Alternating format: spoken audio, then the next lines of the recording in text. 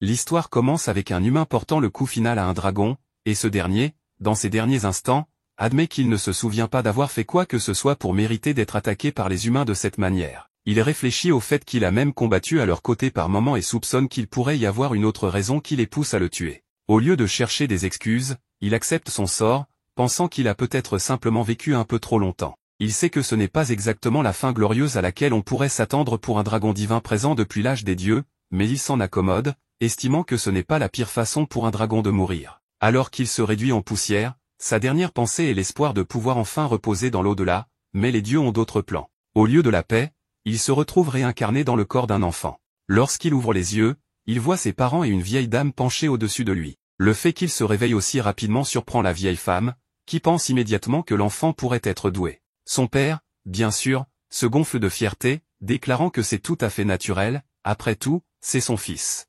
Sa mère le nomme Dolan et le présente à son père et à son frère aîné. Puis, l'histoire avance de plusieurs années. On retrouve Dolan, plus âgé, debout sur une colline en train de regarder le coucher du soleil. Une fille nommée Eri arrive pour le ramener à la maison, et il lui sourit. Elle lui demande ce qu'il a en tête, mais il évite la question en disant que ce n'est rien. Les deux retournent au village, et nous apprenons que Dolan vit maintenant à Berne, un village près de la frontière nord du royaume continental d'Arkrest. La scène passe ensuite au réveil de Dolan le lendemain, alors qu'il commence sa routine habituelle. On apprend que, dans ce village, l'agriculture est le seul moyen de subsistance et que Dolan travaille dur dans les champs chaque jour pour gagner son pain quotidien. Après le petit déjeuner, il sort du village et explique qu'ici, à 15 ans, on est considéré comme adulte et on doit vivre de manière autonome. Il a maintenant 16 ans et a déjà quitté la maison pour s'assumer. Plus tard, il va pêcher avec son frère près de la rivière, et son frère mentionne que Dolan prévoit d'aller explorer le marais demain. Dolan confirme, expliquant qu'il faut faire quelque chose, car les hommes lézards ont disparu depuis un mois.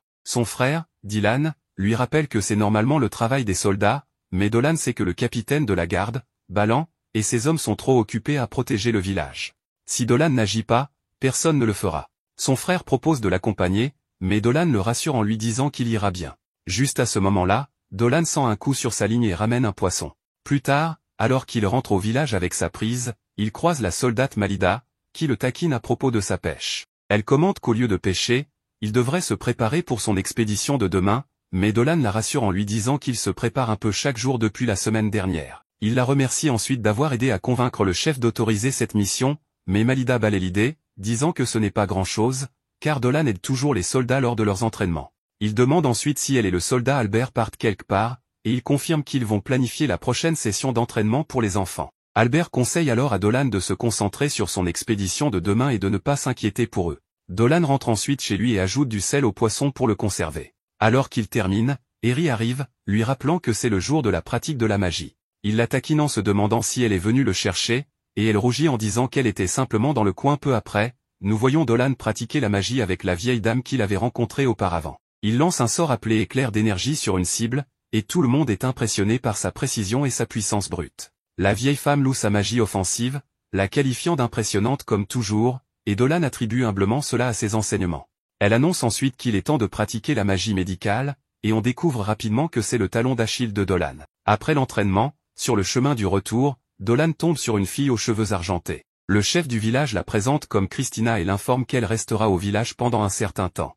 Il se penche et murmure à Dolan de ne pas l'offenser, car elle est une noble. Dolan lui serre la main et, alors qu'elle s'éloigne avec le chef, il remarque qu'elle semble assez compétente. Plus tard, on retrouve Dolan de retour au village après avoir cueilli quelques fruits. Il explique comment les hivers ici sont suffisamment rigoureux pour congeler quelqu'un sur place, et les étés peuvent être insupportablement chauds. Il est encore surpris que les humains parviennent à vivre dans de telles conditions extrêmes. Dolan se rend ensuite chez ses parents, où il est accueilli par son frère Marco. Il leur remet les fruits qu'il a récoltés dans la forêt, et sa mère le remercie chaleureusement. La famille s'installe pour un repas préparé par sa mère, et alors que Dolan commence à manger, il déclare que la cuisine de sa mère est toujours la meilleure. Son père rit doucement, en commentant que même si vivre seul peut être relaxant, Dolan devrait envisager le mariage pour ne pas finir seul. Dolan se rappelle que son frère Dylan lui avait dit la même chose, mais il avoue qu'il veut profiter de sa vie de célibataire un peu plus longtemps.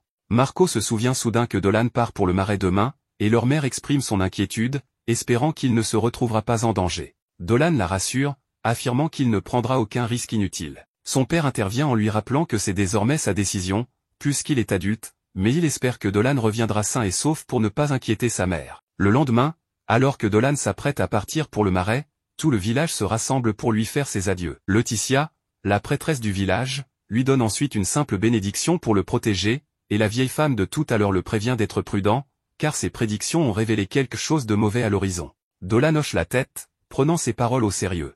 Eri, rougissante, lui tend alors un panier repas, et avec cela, Dolan s'en va, faisant un signe d'adieu en quittant le village. En chemin vers le marais, il explique comment les hommes lézards qui vivaient là interagissaient parfois avec les habitants de Berne, mais qu'un jour, ils ont simplement disparu. Personne n'ayant réussi à comprendre ce qui s'était passé, Dolan s'est porté volontaire pour enquêter. Après un moment, il atteint enfin le marais et commence à inspecter le lac, cherchant la cause du trouble. Il réalise rapidement que le pouvoir des élémentaires de terre est fort ici, tandis que celui des élémentaires d'eau s'affaiblit. Progressant avec prudence, il se rappelle que Maguru, la vieille femme, est généralement très précise avec ses prédictions, et il ressent quelque chose de proche. La main sur son épée, il se prépare, sachant que seuls des monstres puissants peuvent survivre dans un marais dans cet état. C'est alors qu'il aperçoit une magnifique lamia, une créature rare dans cette région. Alors qu'il tire son épée, la lamia lui demande curieusement s'il est tout seul. Il confirme, et elle sourit, visiblement ravie. Elle semble réfléchir à sa prochaine action, se rappelant ce que sa mère lui avait enseigné, utiliser le charme et un petit quelque chose de plus dans des situations comme celle-ci. Sortant de nulle part, elle commence à faire une danse ridicule, ce qui surprend Dolan, puis elle le rassure en disant qu'elle n'est pas venue ici pour se battre. À ce moment-là, un monstre apparaît derrière la lamia, prêt à attaquer, mais Dolan bondit pour la protéger, et tous deux fuient en se cachant sous un grand champignon à proximité. Il se rappelle avoir entendu parler d'un gros tremblement de terre récemment, et suppose que cela a dû déclencher la folie de l'élémentaire. Il soupire, sachant qu'il n'y a aucun moyen de le ramener à la normale, et se présente comme Dolan. La lamia se présente également, sous le nom de Selina. Dolan lui demande alors si elle sait utiliser la magie, et lorsqu'elle confirme, il lui propose de s'associer pour abattre l'élémentaire enragé. Selina, horrifiée, proteste en expliquant qu'étant elle-même un monstre de terre, ses attaques pourraient ne pas être efficaces. Cependant, elle révèle qu'elle possède un sort racial unique qui pourrait faire l'affaire. Dolan propose alors d'aller en première ligne pendant qu'elle le soutient depuis l'arrière. Selina accepte nerveusement, ajoutant qu'ils seront ensemble jusqu'à ce que la mort les sépare. Dolan ne peut s'empêcher de sourire en lui rappelant que c'est quelque chose que l'on dit quand on se marie. Selina, embarrassée, bafouille ses mots, clairement troublée. Les deux restent alors cachés en attendant que l'élémentaire de terre apparaisse. Selina, incertaine de pouvoir faire confiance à un humain qu'elle vient de rencontrer, jette un coup d'œil à Dolan, mais lorsque celui-ci donne le signal, ils chargent ensemble le monstre. L'élémentaire de terre attaque, et Dolan le bloque, protégeant à la fois lui-même et Selina. Celle-ci commence à réciter son sort racial, invoquant un immense serpent qui s'enroule autour de l'élémentaire, l'immobilisant. Dolan saisit l'opportunité pour attaquer, mais Selina ne peut pas maintenir le monstre immobilisé très longtemps, et il se libère. Heureusement, Dolan est déjà assez proche. Il esquive l'attaque de l'élémentaire, saute sur lui et canalise la magie draconique à travers son épée, tranchant le monstre en deux. Cela déclenche un petit glissement de boue, laissant Selina couverte de boue. Dolan, reprenant son souffle, lui demande si elle va bien. À paraître un peu sale, Selina se porte bien. Il la remercie ensuite pour son soutien et suggère qu'il devrait la nettoyer puisqu'elle doit avoir froid. Après avoir récupéré les cristaux laissés par l'élémentaire de terre, la scène passe à Dolan et Selina, qui se réfugient dans une cabane en ruine. Dolan prépare le repas, et Selina ne peut s'empêcher de trouver amusant qu'il soit si à l'aise en sa présence. Elle le taquine, et il explique qu'elle n'est pas comme les autres lamias qu'il a rencontrées auparavant, celles-ci ont tendance à être plus méfiantes envers les humains et bien plus agressives. Il lui demande ensuite ce qu'elle fait dans la région, car il n'y a pas de village de lamias à proximité. Selina explique qu'il est traditionnel pour les lamias de commencer à chercher un mari lorsqu'elles atteignent 17 ans, et qu'elle est en plein dans ce voyage. Dolan, en hochant la tête, trouve cela plutôt intéressant. Selina ajoute alors un fait amusant, les lamias sont une race entièrement féminine, elles ne donnent naissance qu'à des filles, et les rares fils qu'elles ont sont toujours de la même race que leur père. Elle poursuit en révélant que les lamias sont le résultat d'une malédiction lancée sur une femme humaine il y a longtemps, et cette malédiction a été transmise de génération en génération. À cause de cette malédiction, elles sont en partie serpents, et leurs fluides corporels sont toxiques. Cela rend la recherche d'un mari compliquée, car celui-ci doit avoir un corps robuste et être résistant au poison, sinon, disons simplement que la procréation devient mortelle. Dolan réfléchit à la difficulté que cela représente pour trouver un partenaire, et Selina confirme que c'est le cas. Elle raconte que sa mère a rencontré son père au cours de son propre voyage, et que son père était humain, tout comme Dolan.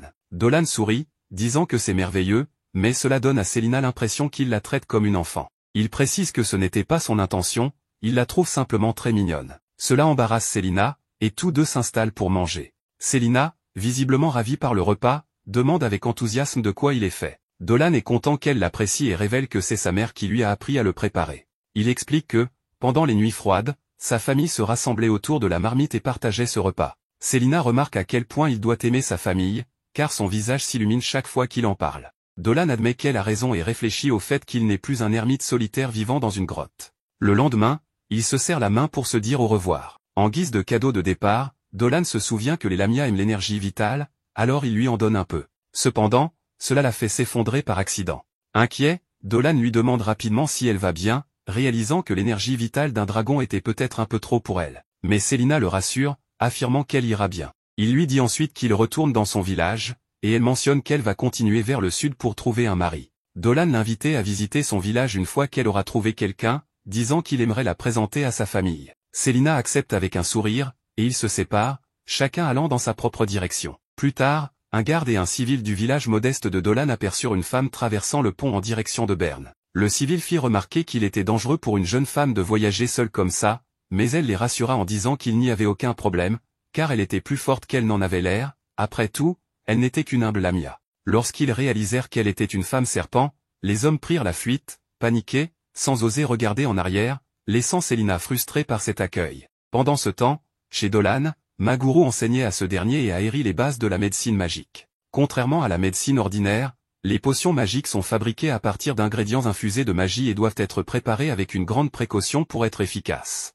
Dans le pire des cas, la moindre erreur pouvait être fatale. À peine avait-elle fini d'expliquer cela que Dolan fit sa première erreur, et l'enseignante se mit à rire, commentant que le jeune homme n'était pas très doué pour les tâches délicates. Eri encouragea son frère à ne pas se décourager, notant qu'il avait un œil aiguisé pour les herbes médicinales et qu'il était excellent avec les enfants. Enfin, un peu timidement, elle ajouta qu'en plus de tout cela, il était aussi beau. Dolan la remercia pour les compliments, mais admit qu'il avait du mal à suivre les recettes complexes, reconnaissant qu'il avait encore beaucoup à apprendre. Quant au mélange d'Eri, Maguro n'y trouva aucun défaut et l'envoya jouer dehors. Eri, cependant, préférait aider sa mère et partit une fois excusée. Pendant ce temps, Dolan réfléchissait au fait qu'en tant que dragon dans sa vie passée, il n'avait jamais eu besoin de médicaments, ce qui expliquait pourquoi il n'était pas doué avec les choses délicates.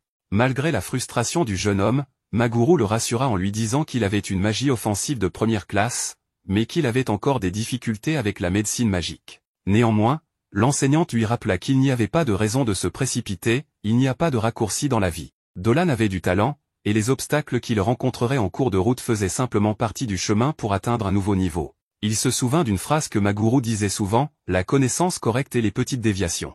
Elle renforça cette leçon, prévoyant de lui apprendre à transformer ses échecs empoisonnés en antidotes. Plus tard, Dolan alla déjeuner chez Eri après y avoir été invité. Le père de la jeune fille prononça une prière au nom de Maïral, la déesse de la nature, pour la remercier de sa générosité. Pendant cela, Dolan réfléchit au fait que cela faisait longtemps qu'il n'avait pas vu Maïral. Après le déjeuner, Dolan se hâta, réalisant qu'il était resté plus longtemps que prévu. Avant d'atteindre sa destination, il fut arrêté par Miu, une personne bovine. Elle lui demanda si ce n'était pas son jour d'entraînement, et il confirma qu'il était en retard pour cette raison. Finalement, elle lui offrit du lait frais, car cette semi-humaine partageait son lait avec les villageois, qui l'appréciaient tous. Dolan avoua lui-même qu'il trouvait cela délicieux, mais annonça qu'il devait partir. Cependant, Miu insista, lui tendant une tasse pour qu'il boive. Après une brève hésitation, il but avec enthousiasme, puis prit congé. Non loin de là, Christina observait Dolan se précipiter à travers le champ. Un peu plus tard, il arriva enfin sur le terrain d'entraînement,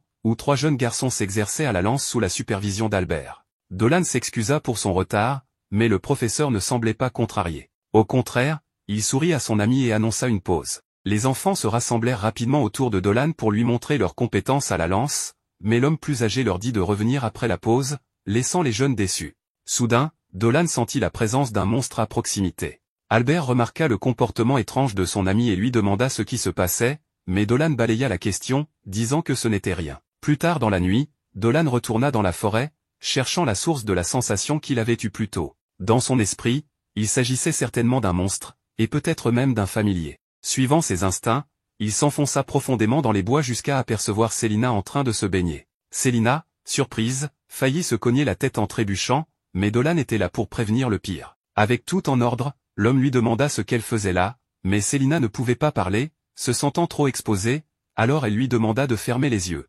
Dolan ne comprenait pas pourquoi, puisque Célina était une si belle femme, et être regardée ne diminuerait en rien sa beauté. Agacé, la Lamia ne comprenait pas comment il pouvait être aussi indifférent. Il expliqua calmement que désirer les choses belles était un instinct naturel, et qu'il n'y avait rien de honteux à cela. Cela dit, Dolan apparut bientôt avec une marque de main sur le visage, s'excusant pour son manque de tact, car Célina s'était vengée. L'homme reprit alors ses questions pour savoir pourquoi elle était là. Après tout, elle avait dit qu'elle partait à la recherche d'un mari. Célina avoua que c'était bien son plan, mais que les choses ne s'étaient pas bien passées jusqu'à présent, alors elle avait décidé de rendre visite à Dolan dans son village, car voyager seul était difficile. Dolan fut ravi de sa présence et promit de faire tout ce qu'il pouvait pour l'aider. D'ailleurs, il eut la brillante idée qu'ils devraient vivre ensemble, ce qui plongea Célina dans un état de panique. Après s'être remise du choc, elle demanda s'il était sérieux, étant donné qu'elle était un monstre. Dolan expliqua que dans son village, il y avait de nombreux êtres bêtes et demi-humains, bien que les villageois puissent se méfier de Célina parce qu'elle était une Lamia,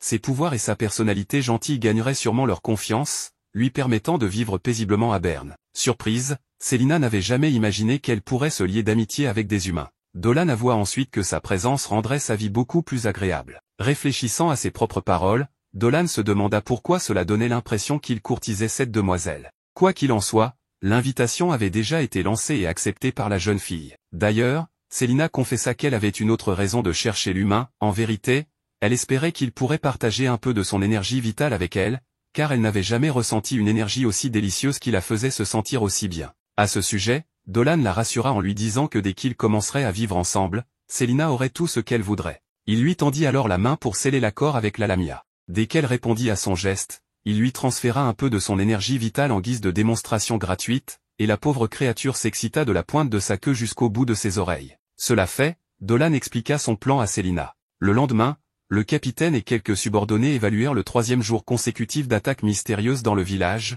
où des animaux étaient tués et laissés sur place, accompagnés d'une étrange trace enfoncée dans le sol. À ce sujet, ils pensaient que le coupable pouvait être cette ombre mi-humaine mi-créature qu'ils avaient aperçue la nuit précédente, en d'autres termes, une Lamia, un être extrêmement dangereux craint par les humains. Ce que le capitaine ne comprenait pas, c'était pourquoi elle laissait ses proies dans le village au lieu de les emporter pour les manger. Sans plus attendre, l'officier avertit les anciens du village de la menace qui rôdait sur le territoire. Tout le monde voulait comprendre pourquoi une Lamia apparaissait dans cette région, car cela arrivait rarement. Le capitaine Ballan suggéra de former une escouade pour éliminer la créature une fois pour toutes. Cependant, l'un des dirigeants fit remarquer que le village avait trop peu de gens et que ce serait trop risqué, il fallait donc demander des renforts à la capitale, ce qui signifiait envoyer un messager immédiatement. Pendant ce temps, Dolan entendit la conversation en travaillant avec Albert pour ramasser du bois, réfléchissant à la profondeur du fossé entre les humains et les monstres. Pour lui, il était triste de penser qu'une femme comme Célina, si gentille et douce, serait détestée par les gens simplement parce qu'elle était ce qu'elle était.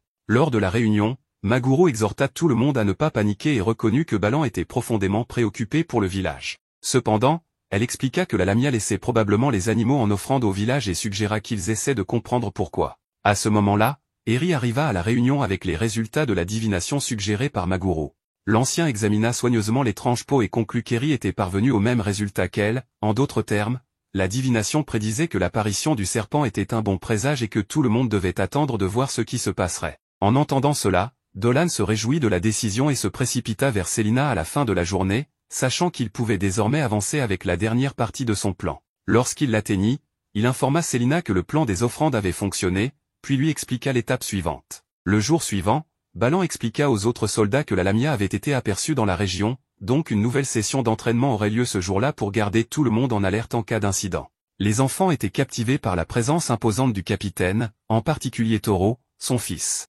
Pendant ce temps, Dolan réfléchissait au fait que c'était le cœur de la défense de Berne et que ces personnes allaient l'aider avec la dernière partie de son plan avec Célina, y compris le capitaine, le lieutenant et même la prêtresse Laetitia, qui pouvaient utiliser des miracles de guérison et des antidotes. Cependant, comme elle était considérée comme une messagère de la déesse Maïral, Dolan devait être prudent pour ne pas la faire voir Célina comme une menace, car cela signifierait la fin pour elle. Quoi qu'il en soit, le reste dépendait maintenant de la Lamia. Sachant cela, la pauvre créature tremblait de peur. La nuit précédente, Dolan avait prévu qu'elle le sauve pendant l'entraînement dans le territoire des lapins fouisseurs, car il entrerait volontairement dans la tanière des animaux, puis donnerait le signal pour être secouru par Célina. Cependant, malgré le plan, un garde arriva en courant pendant l'entraînement pour signaler qu'un ours cuirassé approchait. Sans tarder, la gigantesque bête apparut, enragée. Ballan ordonna à tout le monde de ne pas attaquer, car un coup de l'animal pourrait couper un humain en deux. Le problème était que Toro était sans défense et très proche de l'ours. Dolan réagit rapidement, se jetant sur le garçon pour éviter une tragédie. Au même moment, Célina apparut soudainement, se jetant sur Dolan pour le protéger des griffes de la bête.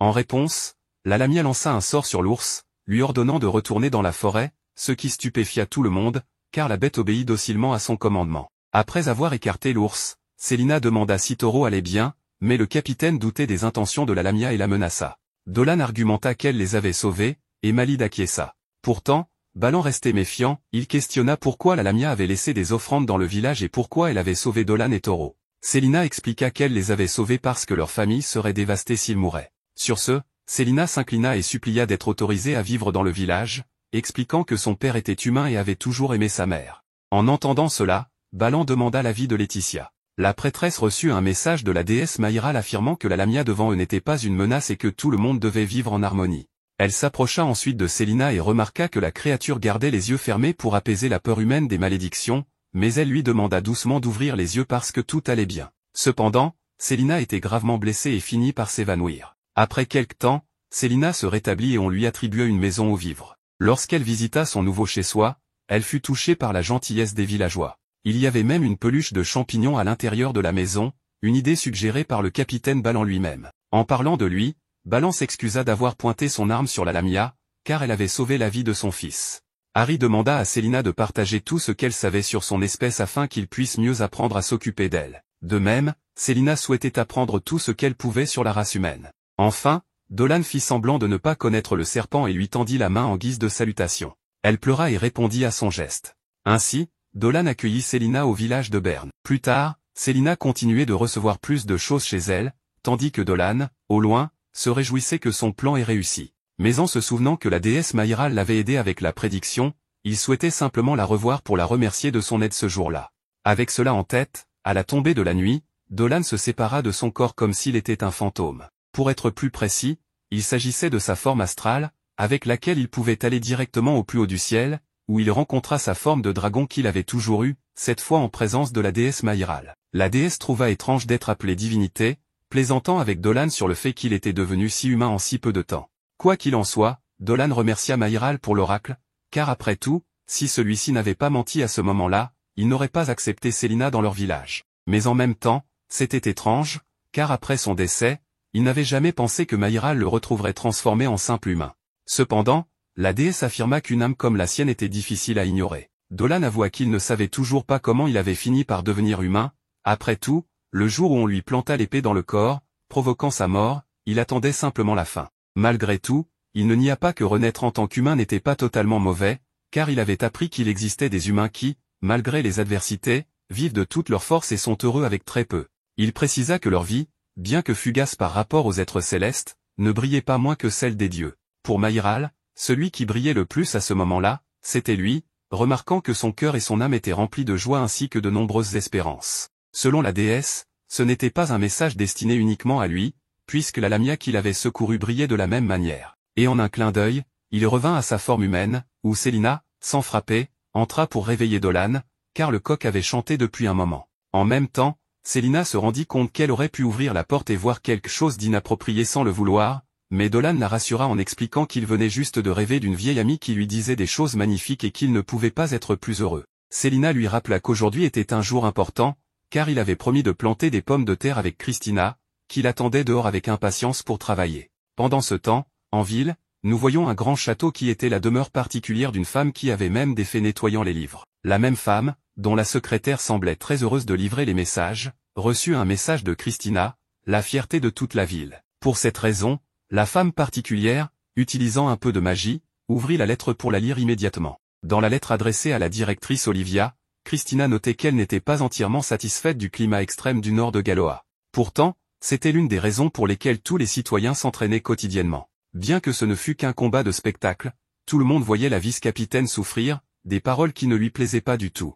Cependant, Christina elle-même demanda à ne pas être sous-estimée, alors Malida n'hésita pas à devenir sérieuse et tenta de finir Christina d'un seul coup, mais échoua finalement. En fin de compte, la victoire revint à la jeune femme aux cheveux blancs, qui, avec de meilleures compétences à l'épée, non seulement gagna l'auditoire, mais aussi le respect de Malida en lui tenant tête. Malgré cela, Christina reconnut que Malida avait également très bien combattu, ce qui fit légèrement rougir la vice-capitaine. Profitant de la proximité de Balan, Malida l'invita à déjeuner avec eux, et avec le soutien du capitaine, elle fut accueillie en un rien de temps. Continuant avec la lettre, Christina souligna que, malgré l'éloignement du lieu, le bonheur et la gentillesse étaient le quotidien des habitants. Même à la tombée de la nuit, elle fut accueillie par un banquet accompagné de l'hospitalité des cuisinières du village, qui ne pouvaient s'empêcher de la dévisager pour être trop séduisante. Balan proposa même un petit tournoi de pouvoir mais avec de l'alcool, voulant voir qui tiendrait le plus longtemps. Cependant, ses compagnons conseillèrent à Christina de ne pas accepter, car le capitaine était un ivrogne expert.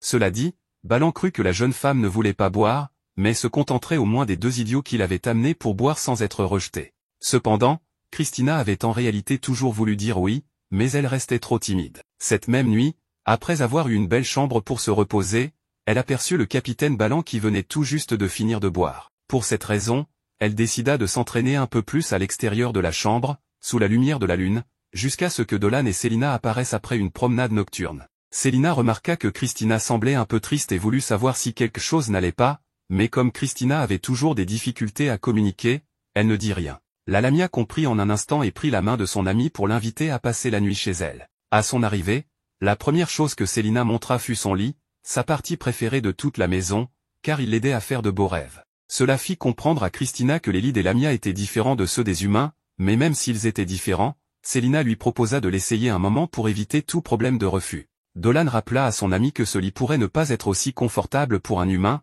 ce qui apporta un peu de tristesse sur le visage de Célina. Mais, sans savoir pourquoi, Christina s'allongea sur le lit pour voir ce que cela donnait. En testant également les oreillers, elle ne put nier qu'ils étaient extrêmement confortables pour n'importe quel être. Ce lit et cette maison, selon la Lamia, étaient grâce à Dolan, qui ne tarda pas à expliquer à quel point il avait aidé Célina à être acceptée dans le village malgré son appartenance à une autre espèce.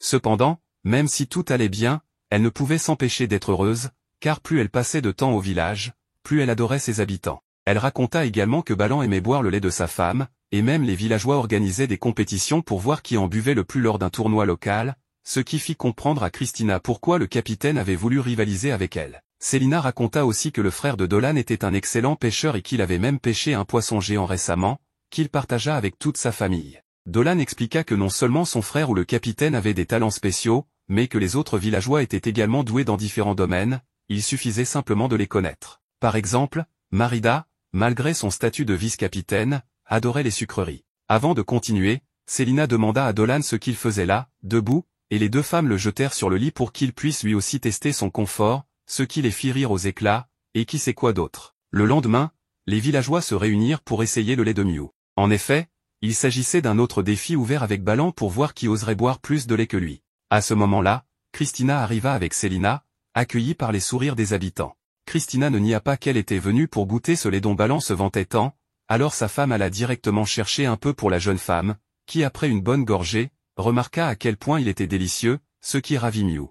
Ces paroles furent perçues comme un défi par le capitaine, qui voyait en Christina une éventuelle adversaire. Lorsqu'elle affirma être la plus grande buveuse du village, la compétition commença et de nombreuses rondes furent servies ce jour-là, jusqu'à presque épuiser Balan, qui montrait des signes de faiblesse à force de boire. Finalement, le capitaine s'évanouit après avoir trop bu, et Christina triompha ce jour-là avec un sourire sur le visage. Même après sa victoire, Dolan voulut savoir si elle se sentait bien après avoir bu autant de lait et s'il s'agissait d'une vraie victoire contre le puissant capitaine.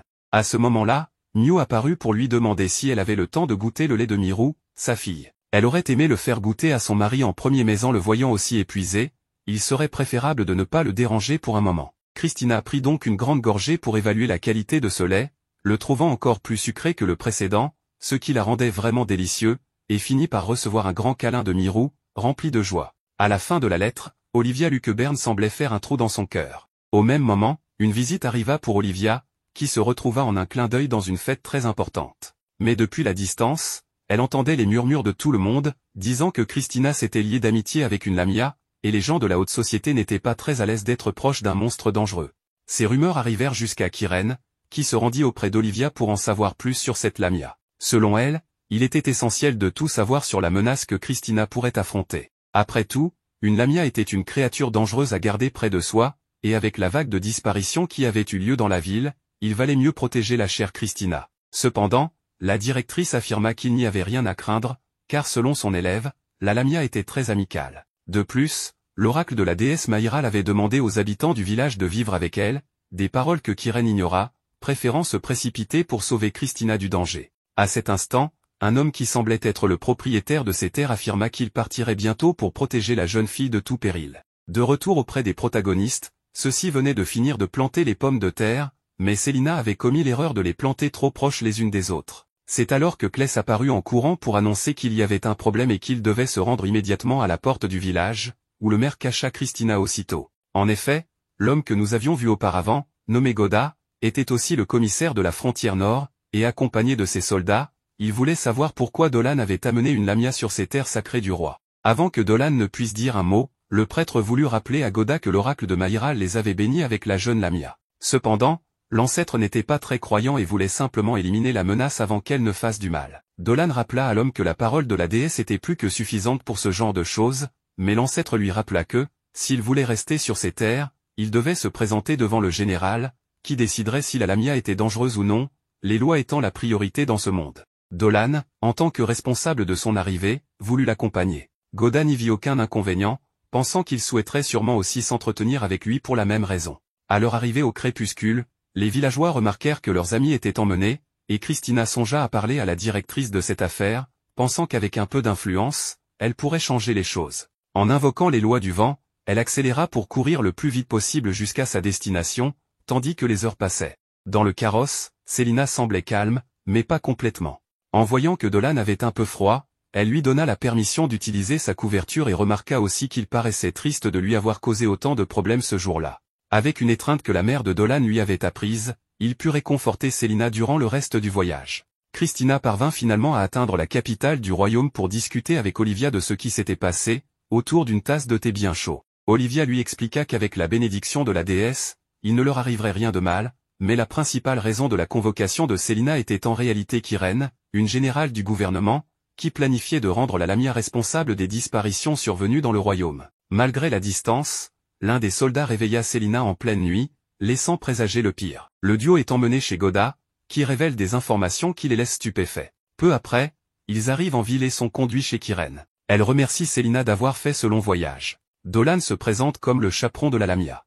Lorsqu'on lui demande de s'identifier, Kyrène devine qu'ils doivent avoir faim et les invite à se joindre à elle pour le dîner. La mage congédie le commissaire et lui ordonne de préparer son rapport. Pendant ce temps, Olivia continue d'expliquer l'influence significative que la mage exerce au sein du gouvernement général. La directrice hésite à prendre une mesure qui pourrait être interprétée comme un abus de pouvoir. Goda rejoint leur conversation, et Christina exige de savoir où se trouvent ses amis. Il demande la permission à Olivia avant de répondre, s'assurant d'abord que la meilleure élève est au courant des récents cas de disparition de jeunes femmes dans la ville. Il révèle qu'il se dit que Kyrène serait en vie depuis plus de 300 ans. Christina devine qu'il soupçonne qu'elle utilise de la magie interdite, car une telle longévité est contre nature. Le commissaire révèle qu'on murmure qu'elle posséderait les corps de jeunes femmes grâce à cette magie pour prolonger sa vie. Ils craignent que Kyrène s'intéresse à Célina pour de mauvaises raisons. Le trio se prépare à confronter la mage. La directrice ne voulait pas impliquer une étudiante dans cette affaire, mais elle voit qu'elle n'a pas d'autre choix. Pendant ce temps, Dolan et Célina sont assis à une table remplie de nourriture, et Kyrène informe ses invités qu'ils peuvent manger ce qu'ils veulent. Il la remercie, et la mage promet de faire en sorte que Célina puisse visiter Galoa sans incident à l'avenir. Célina avoue qu'elle pensait qu'elle allait être éliminée lorsque tous les soldats l'ont entourée. Kyrène lui dit que c'était une possibilité si leurs soupçons selon lesquels elle manipulait les villageois avec ses yeux maudits étaient confirmés. Cependant, elle admet que cela aurait été une erreur, car Célina est si pure et belle, elle n'a jamais vu une lamia aussi éblouissante. La mage souligne tous les aspects désirables de Célina avant de déclarer qu'elle veut la dévorer avec un regard dérangé. À ce moment-là, Dolan et Célina s'effondrent, leurs boissons ayant été trafiquées. Kyrène les emmène dans son laboratoire et les fait attacher. La mage est excitée car cela faisait longtemps qu'elle n'avait pas capturé de lamia. Elle admire la peau de Célina et a hâte de la faire sienne. Dolan l'arrête alors qu'elle s'apprête à faire la première incision. Kyrène est surprise de le voir réveillé et se demande si elle a fait une erreur avec le dosage. L'ancien dragon remarque que le cercle magique sur le sol est dessiné avec du ketchup naturel, ce qui indique que cela fait partie de sa routine, étant donné son installation. Kyrène avoue qu'elle a cessé de compter ses victimes lorsqu'elle a atteint 100. Elle déclare qu'elle l'a fait pour la recherche et pour collecter les belles choses chez les autres, car c'est ce qui la rend attrayante. Elle confesse avoir passé un pacte avec le diable, comme une célébrité hollywoodienne typique, et avoir pris des parties de différentes créatures. La mage estime qu'il est temps de se mettre à jour et promet d'utiliser toutes les parties de Célina. La lamia se réveille également, furieuse que la mage ait fait souffrir tant de gens juste par vanité. Elle constate que les avertissements du commissaire étaient justifiés. Dolan révèle qu'il possédait un objet magique qui transmet le son, et que Goda et les autres ont entendu ses vantardises sur ses actes terribles. Les murs du laboratoire explosent soudainement alors que Christina et les autres font irruption. La noble dame n'en revient pas que Dolan et Selina aient accepté d'être des appâts pour ce plan. Le commissaire donne l'ordre aux soldats d'appréhender Kiren. Il devine que la mage avait prévu de faire accuser Selina des enlèvements, et que la Lamia aurait été éliminée sous prétexte qu'elle résistait. Une fois la situation réglée, Kiren aurait utilisé le corps de Selina pour vivre son fantasme. La mage ne pense pas qu'il pourrait comprendre son calvaire, car ils sont nés avec de beaux visages. Elle révèle qu'elle est née laide et qu'elle détestait cela, alors elle a pris la beauté des autres pour s'élever. L'idée qu'il patronne ses efforts la met en colère, alors elle décide de leur montrer les fruits de ses 300 ans de recherche. Le résultat est décevant, car elle se transforme en un monstre hideux et exige qu'ils lui remettent Selina. Elle tend la main vers sa cible, mais ils esquivent tous. Dolan révèle qu'elle a assemblé diverses espèces grâce à la magie, et il ne peut qu'imaginer le nombre de vies qu'elle a prises pour que cela soit possible. Les parties des différentes créatures bougent alors qu'elle déclare qu'elle vivra en harmonie avec ces êtres pour toujours. Kiren estime que Selina est privilégiée de pouvoir faire partie de cette beauté. Elle tente d'attaquer les soldats, mais la Lamia l'arrête avec ses yeux maudits, ce qui permet aux hommes de battre en retraite en toute sécurité. Selina ne peut pas tenir plus longtemps, alors Christina coupe les doigts du monstre avant qu'il ne l'atteigne, mais il régénère. La meilleure élève poursuit son assaut, continuant de taillader. La mage, agacée, libère davantage de puissance, des yeux s'ouvrent tout autour de son corps alors qu'elle lance un sort de magie noire, mais Christina le bloque. La directrice ne peut qu'observer, car elle ne peut pas invoquer ses esprits sous terre. Dolan, qui travaillait sur un cercle magique, demande à la noble dame de se retirer. Lorsqu'il termine, il la piège avec un sort et lance des flèches magiques avec un autre, ce qui détruit la malfaisante. Les villageois restent en ville quelques jours après l'incident. Dolan apprend à Selina à lire, et elle est impressionnée que les humains le fassent constamment. Ils sont ensuite rejoints par Olivia et Goda.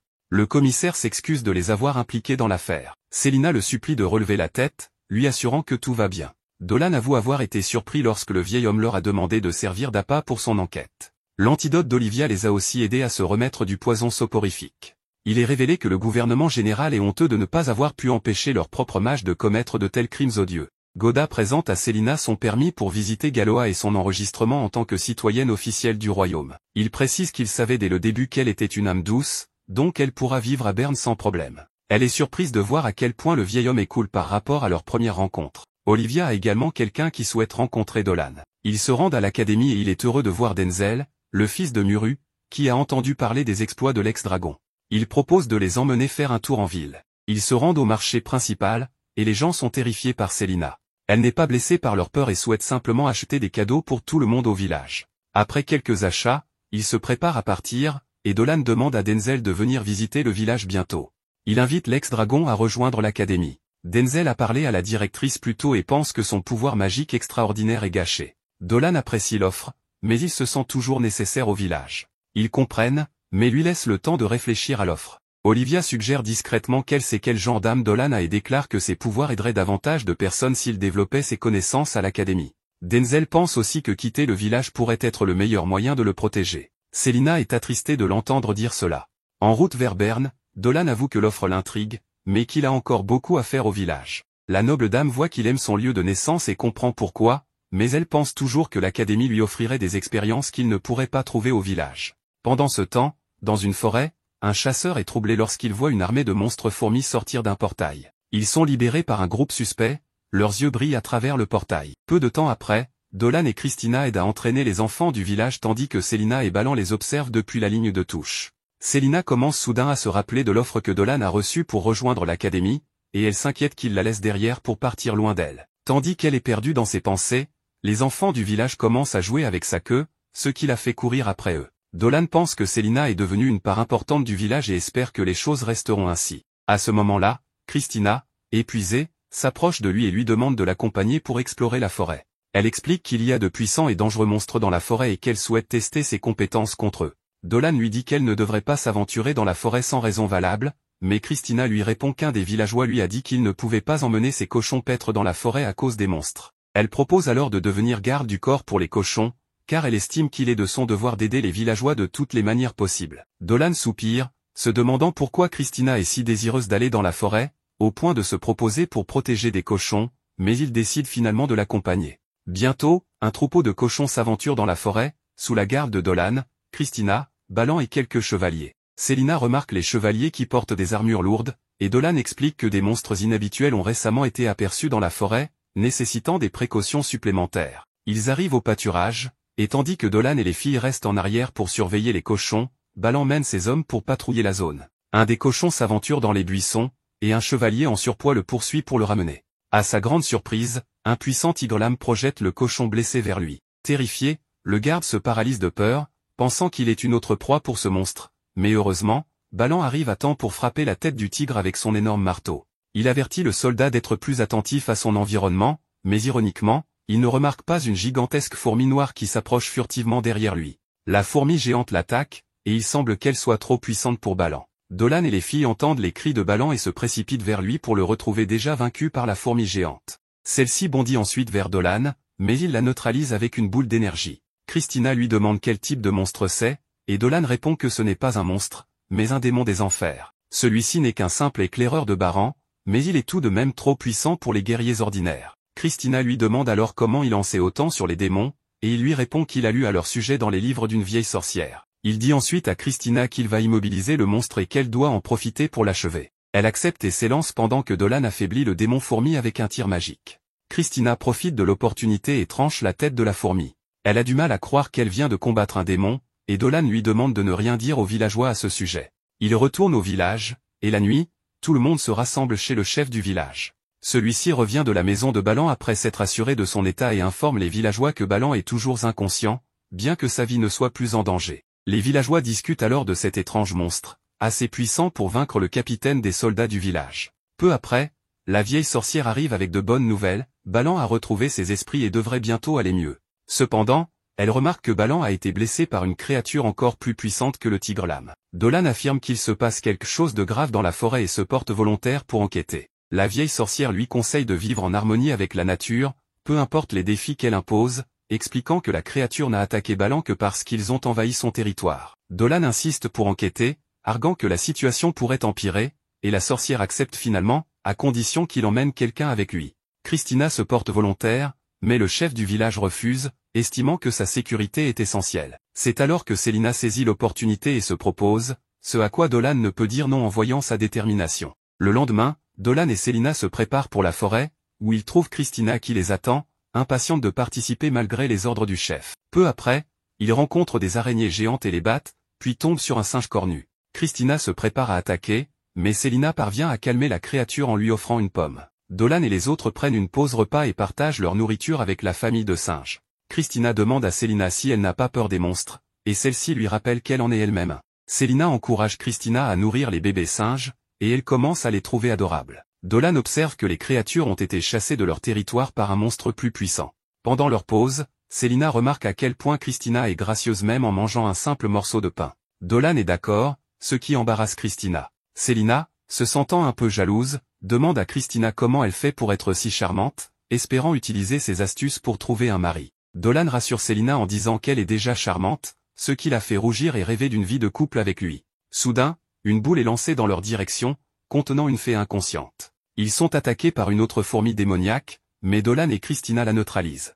Cependant, d'autres démons arrivent, encerclant leur groupe. Dolan les affronte avec ses flèches d'énergie, et Christina en élimine d'autres. Alors qu'une fourmi attaque Christina par derrière, Célina la sauve en utilisant sa magie. Il réveille alors la fée, qui se présente sous le nom de Marle et explique que les fourmis la pourchassaient sur ordre d'un démon supérieur. Marle leur demande de l'aide pour sauver son peuple, car le danger est immense.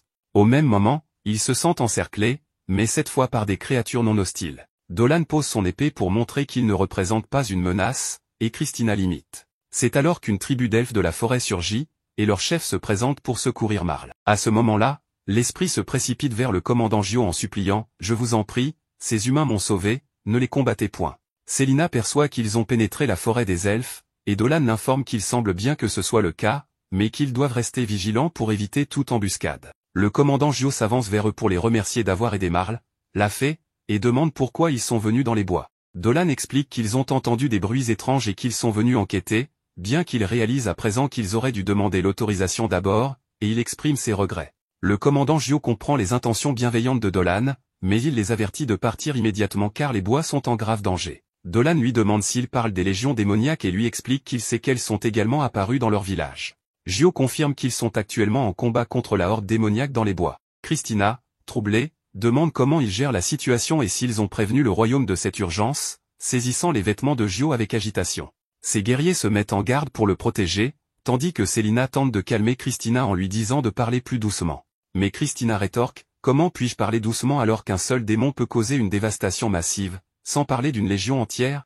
Elle se tourne vers Gio en lui proposant leur aide, voyant que ces humains veulent réellement aider et semblent robustes, notant que Christina est particulièrement habile à l'épée. Dolan, observant la détermination de Christina, songe que son tempérament fougueux sert leur cause en ayant influencé les elfes. Il réfléchit à ce qu'ils ont dit au sujet de la horde démoniaque et de la possibilité d'un portail colossal reliant le royaume démoniaque au bois dangereux. Si le portail se manifeste complètement, des démons plus grands et plus puissants pourraient émerger, mais il jure de les anéantir avant cela. Dolan fait alors une proposition au commandant Gio, puisque la situation est une urgence, comme il l'a déclaré, il ne pourra pas gérer cela seul. Il demande s'ils peuvent aider temporairement, même si cela enfreint les règles. À cet instant, le frère de Gio intervient pour dire qu'il apprécie le devoir de son frère en tant que chef, mais qu'ils doivent avant tout protéger leurs compagnons de village, même si cela signifie ignorer les règlements.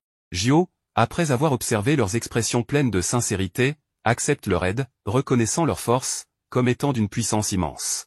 Alors qu'ils scellent cette alliance, une énorme explosion retentit, semblable à la détonation d'une bombe nucléaire. Ils aperçoivent le portail, et Dolan se dit intérieurement qu'il reconnaît cette sensation étrange, le portail doit être entièrement ouvert. Il voit alors des créatures bizarres émerger, accompagnées d'une jeune femme aux cheveux cramoisis et de démons colossaux. Dolan et ses compagnons déclenchent une énergie spéciale en utilisant la sorcellerie du vent, leur conférant une vitesse étonnante alors qu'ils se précipitent vers l'avant à toute allure. La jeune femme aux cheveux rouges parle aux démons, se réjouissant de la clairière dans la forêt, idéale pour exécuter les désirs de leur seigneur démoniaque. Elle propose un jeu, qui trouvera les elfes en premier pourra les tuer. Peu après, un flot d'insectes converge sur Dolan et ses compagnons. Ils décident de les éliminer pour les empêcher d'atteindre leur village. Nous voyons alors Géolude, le premier des 4 chevaliers démons, lancer une attaque pour débuter le combat contre les aventuriers. Malgré leurs flèches, Géolude est bien plus puissant et résiste aisément. Le commandant Gio, aux côtés de Dolan et des autres, se précipite vers les démons, informant Dolan que les esprits l'ont averti de l'attaque au nord du village, sans doute de ces démons de haut niveau. Il insiste pour qu'ils infiltrent le village par le sud-ouest afin de renforcer les défenses avant qu'il ne soit trop tard. Il retourne alors vers Géolude, qui a vaincu de nombreux aventuriers. Il leur explique qu'ils ont tenté de contrôler les forces, mais qu'ils n'ont pas pu supporter un seul de ses coups. Leurs cris actuels sont une mélodie harmonieuse à ses oreilles. Alors qu'il s'approche de l'un des hommes de Gio, il annonce à celui-ci qu'il aura l'honneur de revoir sa lance. Cependant, avant qu'il ne puisse frapper, Diadra l'arrête en l'enchaînant de fleurs tout autour de son corps et ordonne à l'homme de Gio de fuir rapidement. Géolude se moque d'elle et déclare qu'elle ne peut pas contenir la puissance du grand Géolude, peu importe ce qu'elle essaie.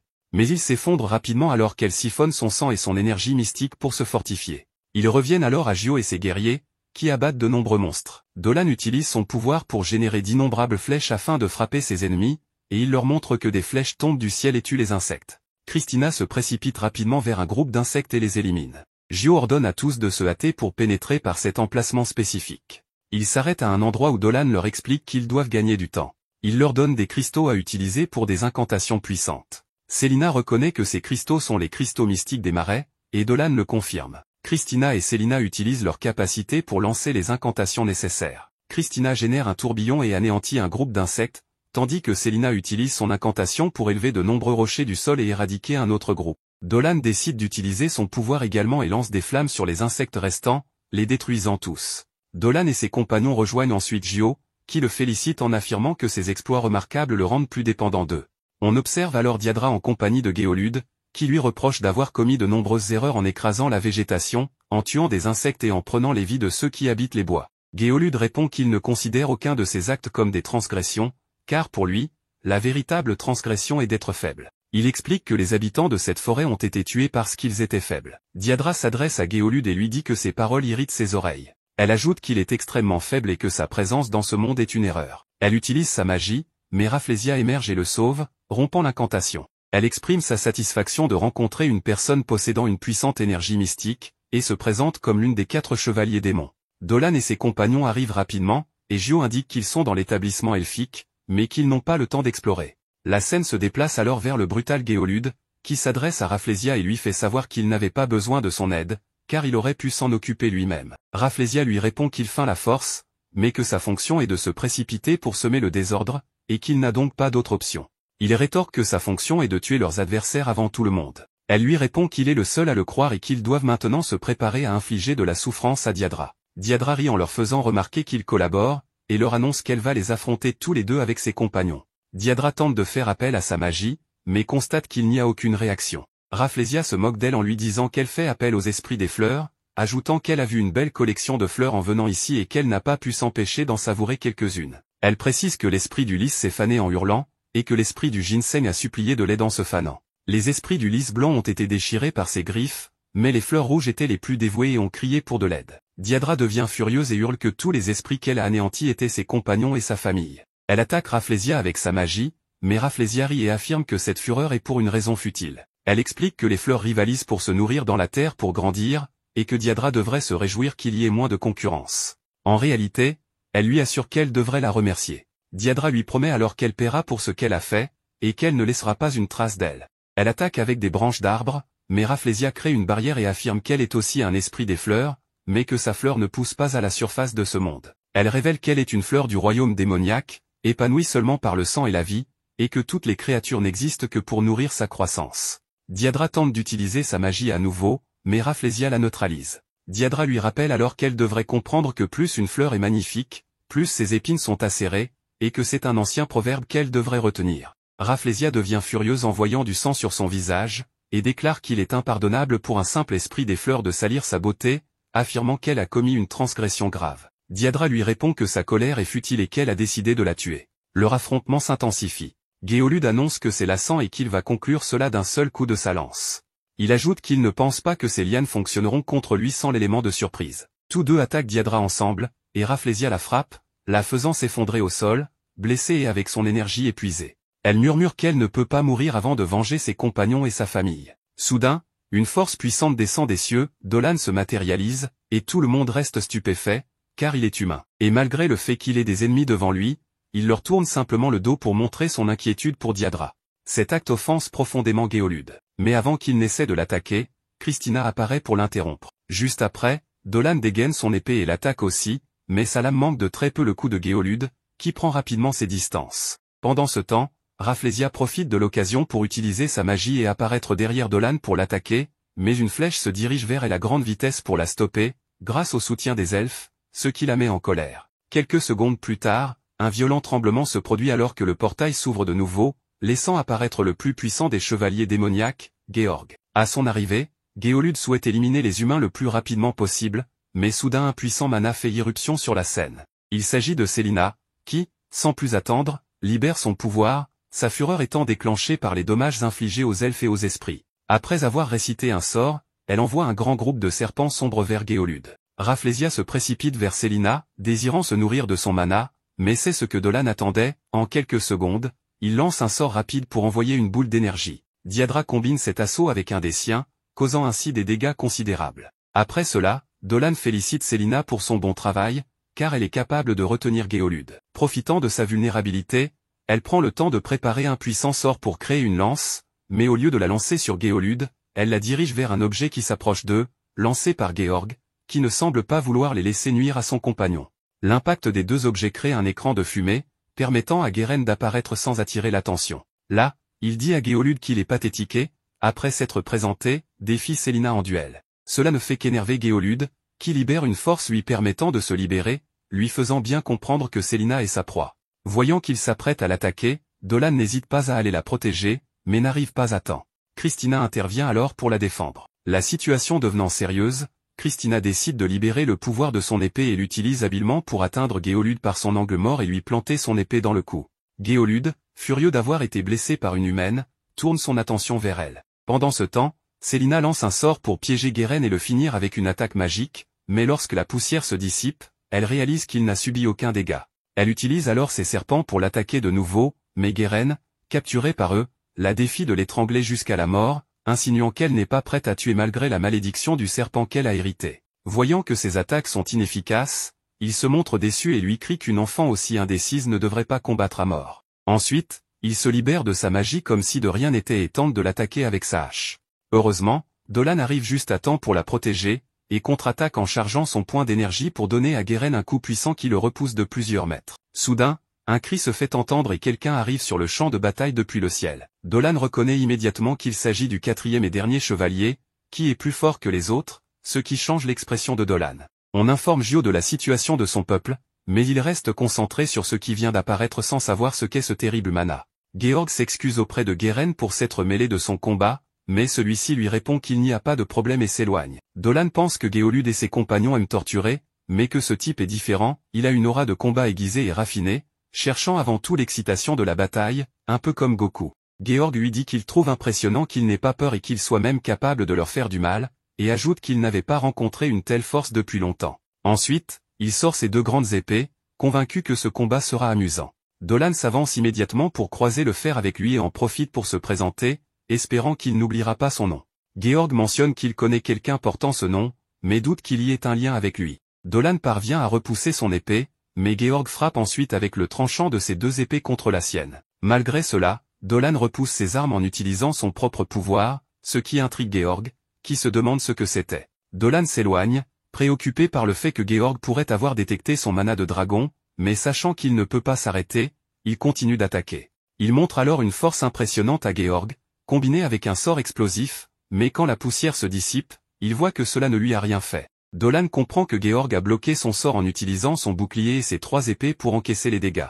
Christina reste impressionnée par un tel combat, tandis que Dolan semble maîtriser le démon. Diadra, quant à elle, se demande qui peut bien être cet homme. Conscient de son immense pouvoir, Georg dit à Dolan qu'il est impressionné par ses capacités. Dolan répond qu'il pensait récemment qu'il était un démon comme les 3 autres, mais qu'il voit maintenant qu'il est d'un autre niveau et qu'il doit être une ancienne divinité, un dieu déchu. En entendant cela, Georg dit qu'il a du mal à croire qu'un humain puisse remarquer cela et pense qu'il cache également une autre identité. Dolan lui répond qu'il ne compte pas la révéler ici, tout en se plaignant intérieurement de ne pouvoir le vaincre sous forme humaine. Cependant, s'il utilise tous ses pouvoirs de dragon, il risque de détruire le village des elfes. Georg lui donne raison, disant qu'il est inutile de parler, et qu'il vaut mieux laisser leurs épées s'exprimer. De plus, avec ses 3 épées, elles en diront plus que sa langue. Il attaque alors Dolan à grande vitesse, et ce dernier bloque le premier coup avec difficulté à cause de sa force écrasante. Cela ne fait qu'accroître l'enthousiasme de Georg, qui enchaîne ensuite de rapides attaques. Une fois qu'il les esquive,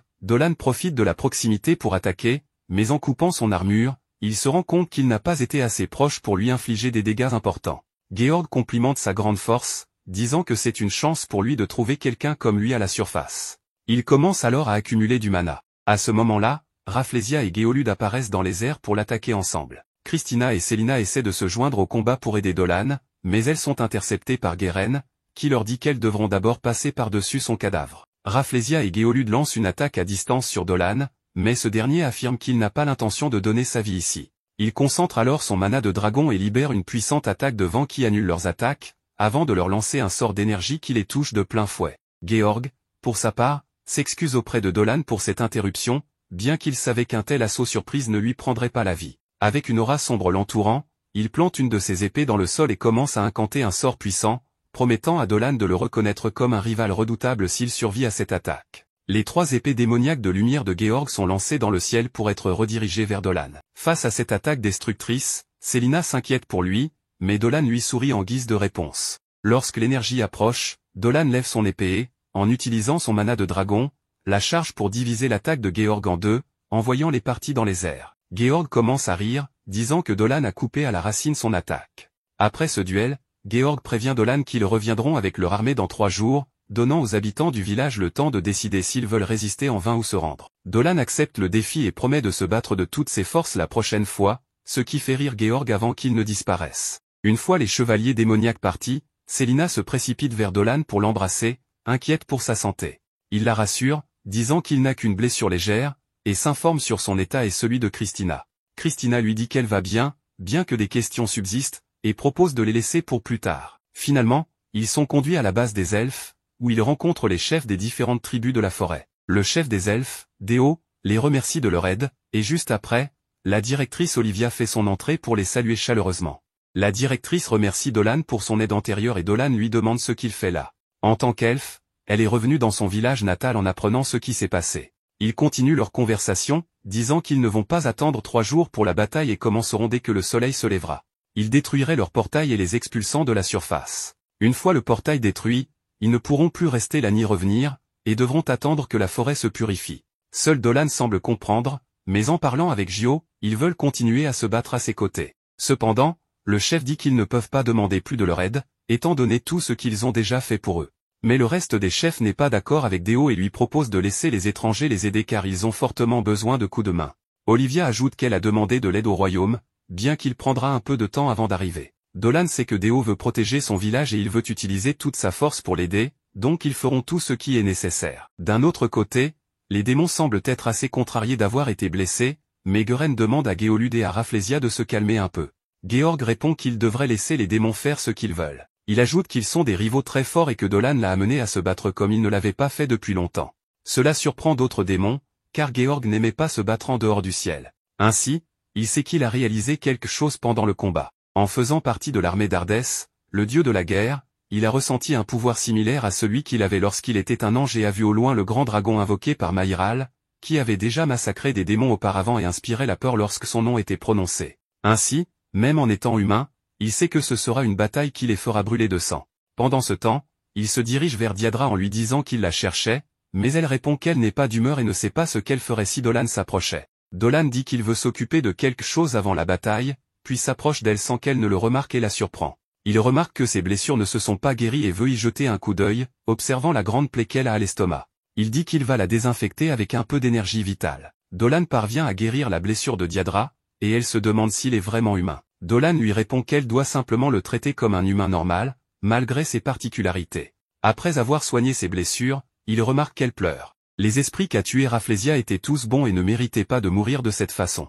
C'est pourquoi elle doit venger leurs âmes. Dolan lui demande si elle lui permet de l'aider, et elle, avec un sourire, le remercie de prendre soin d'elle et se réjouit d'avoir parlé avec lui. Plus tard, Dolan revient à la maison, voyant que les elfes ont apporté du thé, qu'ils ont bu sans lui. Cependant, Célina lui apporte le dîner, ce que Fio a fait, car ils ne peuvent pas se battre le ventre vide. En goûtant la nourriture, Dolan dit que c'est tellement délicieux qu'ils pourraient manger sans arrêt. Ils disent que Christina a aussi tout mangé en un clin d'œil, ce qui étonne Célina, car elle mange beaucoup et est mince. Elle répond qu'elle ne prend pas facilement du poids, en plus de faire beaucoup d'exercices. Cependant, Célina dit qu'elle a une taille de guêpe et de la chair là où il faut, ce qui la rend jalouse. Fio ajoute que les deux ont de gros seins et une belle silhouette, mais elle se gêne que Dolan les regarde. Christina dit qu'elles sont assez âgées pour y penser, mais ce n'est ni le moment ni l'endroit. Cependant, Dolan ajoute qu'il ne pensait rien de mal, mais que Fio n'a rien à envier aux filles. Ainsi, Fio suggère qu'il laisse ce sujet pour plus tard, sinon cela pourrait devenir gênant pour tout le monde. Il décide donc d'aller dormir. Pendant que Célina emporte les assiettes sales, Dolan remarque quelque chose chez elle. Alors qu'ils vont se coucher, Dolan ne parvient pas à dormir et remarque que Célina n'est pas dans son lit. Il s'approche d'elle et, en l'appelant, lui demande si elle n'arrive pas à dormir. Dolan hésite et lui dit qu'il n'a pas pu dormir non plus, alors il va la rejoindre un moment. Célina lui répond qu'elle a trouvé ce qui semble être son endroit préféré et qu'elle se sentira mieux en le voyant. En s'approchant, Dolan est surpris par la magnifique vue, car les elfes ont vécu en harmonie avec la nature pendant des millénaires. Célina dit que c'est magnifique, mais que les forgerons doivent être en train de travailler pour se préparer à la bataille. Dolan s'assoit à côté d'elle et dit que ce paysage purifie l'âme. Pendant qu'il parle, Dolan dit qu'il ne se considère pas comme insensible, car il a remarqué ses nerfs depuis leur arrivée au village, et il reconnaît qu'il l'a impliquée sans savoir qu'elle allait se battre. Cependant, Célina répond qu'elle n'a pas peur de se battre, qu'elle aurait pu tuer le démon facilement, mais qu'elle n'en a pas été capable, même en sachant qu'il avait blessé beaucoup de gens et qu'il était maléfique, car elle n'est pas capable de prendre une vie, même celle d'un démon. Elle dit qu'elle doit changer, mais Dolan lui répond qu'il a toujours pensé que les Lamia étaient froides et mauvaises, jusqu'à ce qu'il la rencontre, car s'il avait rencontré une Lamia comme celle des histoires, il n'aurait jamais pensé à l'emmener au village. Il lui dit qu'il n'est pas nécessaire qu'elle change et qu'il préfère qu'elle reste gentille et douce, puis lui donne un cristal magique, qui a plus de pouvoir qu'un cristal ordinaire. Dolan lui dit que son mode de production est un secret et qu'il l'a créé pour la protéger lors de la bataille de demain. À ce moment-là, Christina arrive, elle aussi incapable de dormir, et dit qu'elle va attraper un rhume si elle ne se couvre pas. Elle est aussi contrariée de ne pas avoir été invitée à profiter de la vue, alors elle se joint à eux. Tout le monde veut protéger le village, et Célina dit qu'elle ne doute plus, car elle veut aider tous les habitants.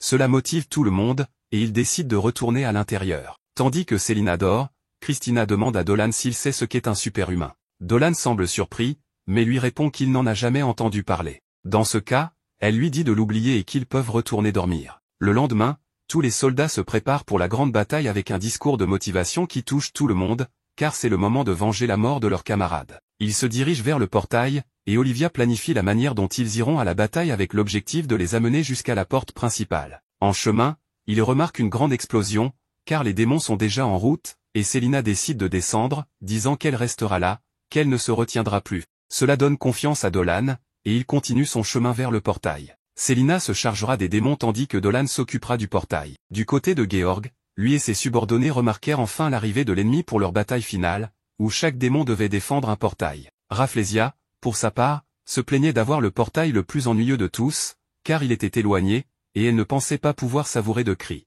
Mais, à sa grande surprise, Diadra s'était dirigé directement vers elle, sans aucune aide, pour leur second affrontement. Pour Rafflesia, venir seule était une grande absurdité, car personne ne pourrait l'aider si elle commençait à souffrir. Cependant, Diadra avait une raison, lors de leur dernier affrontement, des milliers d'innocents, représentés par des fleurs, étaient morts. Cela faisait de cette bataille une mission personnelle pour elle, qu'elle souhaitait accomplir seule. Du côté des elfes, ils avaient des difficultés face à Geren. Une attaque coordonnée semblait être la meilleure option, mais leurs efforts restaient vains, car les coups de hache de Geren étaient si puissants qu'ils projetaient ses adversaires loin de lui. Gio, déterminé, continua d'essayer, jusqu'à ce que des rochers apparaissent soudainement pour ensevelir le démon. Ces rochers étaient l'œuvre de Célina, qui, pour une raison inconnue, avait pu utiliser des pouvoirs plus puissants que d'habitude. Gio, bien que reconnaissant, demanda à Célina pourquoi elle n'était pas restée à la porte principale. La jeune femme expliqua qu'elle voulait aider la première ligne. Voyant que Geren restait intacte malgré leurs attaques, elle jugea son aide nécessaire.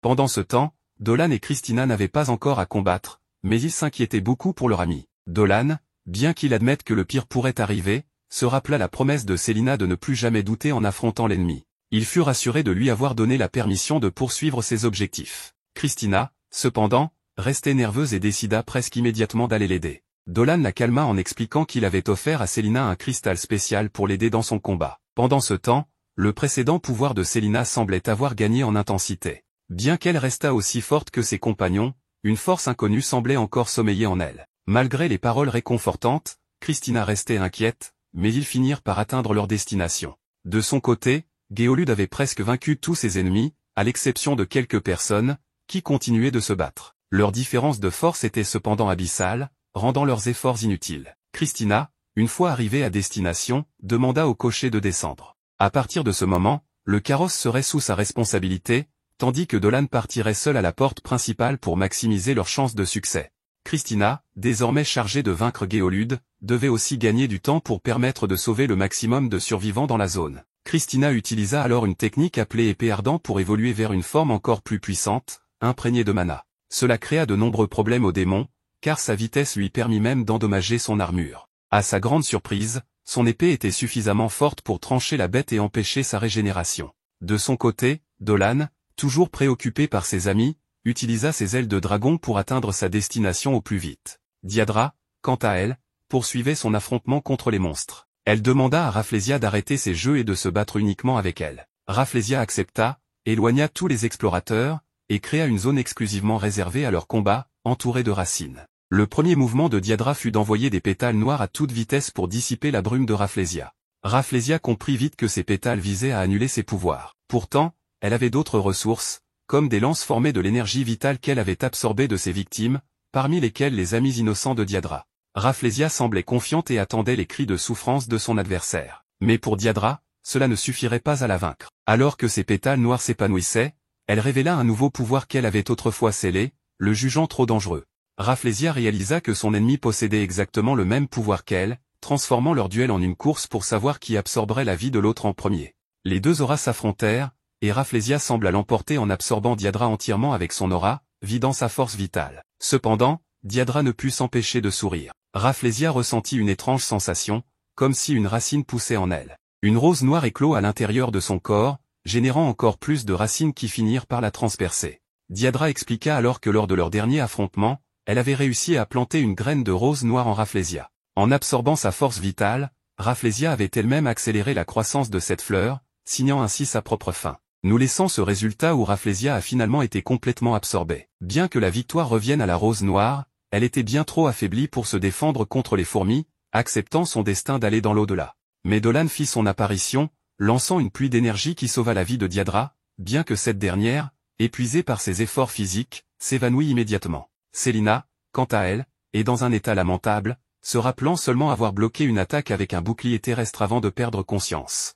Elle se réveilla transpercée par une branche, à 2 doigts de mourir. Revenons à Diadra, qui reçut des premiers soins grâce à la magie de Dolan. Celui-ci réussit même à la ramener à la vie. Avec ses javelots célestes, il détruisit le premier portail démoniaque. Diadra, en reprenant ses esprits, voulait savoir où Dolan avait appris une telle magie. Ce dernier expliqua qu'il s'agissait d'un cercle de protection combiné à une guérison continue. Être dans ce cercle assurait une régénération constante et une immunité aux blessures. Impressionnée, elle demanda s'il était vraiment humain. Dolan répondit qu'il l'était toujours, mais qu'il possédait l'âme d'un dragon, une réminiscence de sa vie antérieure. Diadra, intriguée, confessa n'avoir jamais rencontré de dragon, encore moins un dragon réincarné en humain. Bien qu'elle souhaitait continuer à se battre, sa faiblesse la rendait incapable d'aller loin.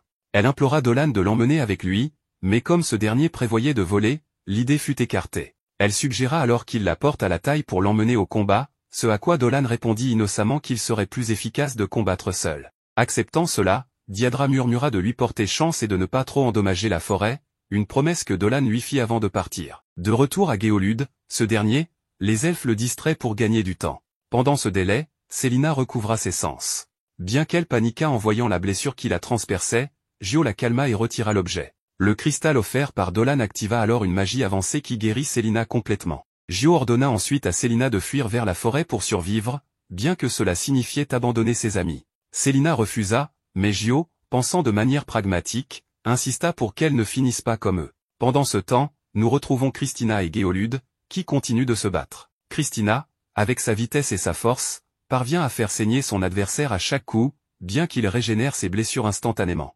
Fatiguée, elle demanda combien de coups elle devait donner pour le vaincre. Géolude, moqueur, révéla que Christina était ce qu'ils appelaient une superhumaine. Il expliqua que ces êtres, bien qu'humains, possédaient des capacités physiques, magiques et intellectuelles supérieures à la moyenne. Selon ses livres, ces superhumains étaient souvent rejetés par la société et marginalisés. Ils étaient aussi les ennemis naturels des démons, ayant vaincu dans le passé des entités démoniaques considérées comme des dieux, y compris un dragon ancestral. Christina, enragée, intensifia son combat, tranchant les bras de Géolude, puis ses membres un par un, avant de lui couper la tête dans un mouvement final. En triomphant, elle déclara que le dragon ancestral n'avait ressenti que de la tristesse, ayant été trahi par un héros qu'il considérait comme un ami. De retour à Dolan, ce dernier atteint enfin Georg, le chef des démons, qui l'accueillit avec respect. Georg rappela qu'il connaissait Dolan depuis qu'il avait battu son maître, Ardès. Malgré cela, Georg déclara que, en tant qu'esprit obsédé par la vie, il devait le combattre. Il invita Dolan à le rejoindre dans son royaume pour un duel équitable, une proposition que Dolan accepta courageusement. D'un autre côté, Fio incita encore une fois Célina à fuir et à ne jamais se retourner. Après être partie combattre aux côtés de ses congénères elfes, Célina resta indécise quant à la suite de ses actions. Elle avoua sa peur écrasante, reconnaissant qu'elle ne pourrait jamais réellement se résoudre à infliger de graves blessures à son adversaire. Pendant ce temps, à l'extérieur du bosquet, les elfes tenaient leur position contre Guéren. Fio lui avait ligoté le bras avec des lianes, mais dès qu'il se libéra, Gio tira une flèche sur l'articulation vulnérable, suivie d'une frappe de foudre d'un autre elfe, intensifiant les dégâts. Guéren loua leur attaque coordonnée, mais déclara que cela ne suffirait pas à le mettre à terre. Soudainement, son abdomen se transforma en 6 tentacules pointus. Les elfes reculèrent sous le choc tandis que Guéren expliquait sa capacité à remodeler son corps entier, y compris son armure et son casque, qui faisaient partie de lui-même. Alors qu'il frappait avec les tentacules, Célina entendit leurs cris de douleur. Elle tenta immédiatement de ramper vers eux, mais son corps était toujours secoué par la douleur. Heureusement, le mouvement était désormais possible. Regardant la pierre magique que Dolan lui avait confiée, elle supplia de la force pour protéger ses amis. Au-delà des arbres, Guéren avait anéanti tous les elfes. Il tenait la tête de Gio par moquerie, demandant si c'était là tout ce dont ils étaient capables. Il lança Gio sur le côté, prêt à porter le coup final, mais juste à ce moment-là, Célina arriva, le liant avec des chaînes magiques scintillantes. La surprise se lit sur les visages des spectateurs, tandis que Guéren riait, remarquant qu'elle offrirait plus de divertissement que les elfes. Il brisa aisément les chaînes et lança ses tentacules vers elle, mais Célina invoqua son serpent spectral, qui intercepta l'attaque avec des crocs venimeux. Guéren opta pour une attaque directe, mais elle invoqua un énorme point spectral qui le repoussa. Elle avertit Fio et les autres de rester à distance, expliquant qu'elle était saturée de mana et ne pouvait garantir le contrôle sur sa puissance croissante. Les elfes se replièrent rapidement. Guéren se redressa à nouveau, libérant son aura malveillante, prêt à déchaîner sa puissance totale. Célina invoqua une pluie de rochers pour l'attaquer, mais il se dégagea facilement. Alors qu'elle commençait à incanter un sort puissant, Guéren chargea pour l'arrêter avant qu'il ne soit terminé. Cependant, la pierre magique de Dolan coula en elle, amplifiant son regard enchanté et maintenant le démon chevalier en place tandis qu'elle achevait l'incantation. 5 serpents spectraux apparurent et se jetèrent sur Guéren, qui brisa son emprise et contre-attaqua. Indifférente, Célina puisa encore plus de pouvoir de la pierre, fusionnant les 5 serpents en une énorme tête de dragon. La vision stupéfia Guéren et la tête de dragon spectral le frappa, mettant fin à sa vie. Dans un autre lieu, dans le royaume démoniaque, Dolan et Georg se préparaient à s'affronter. La main gauche de Dolan se transforma en une griffe draconique tandis que des ailes supplémentaires se déployaient, révélant sa puissance complète.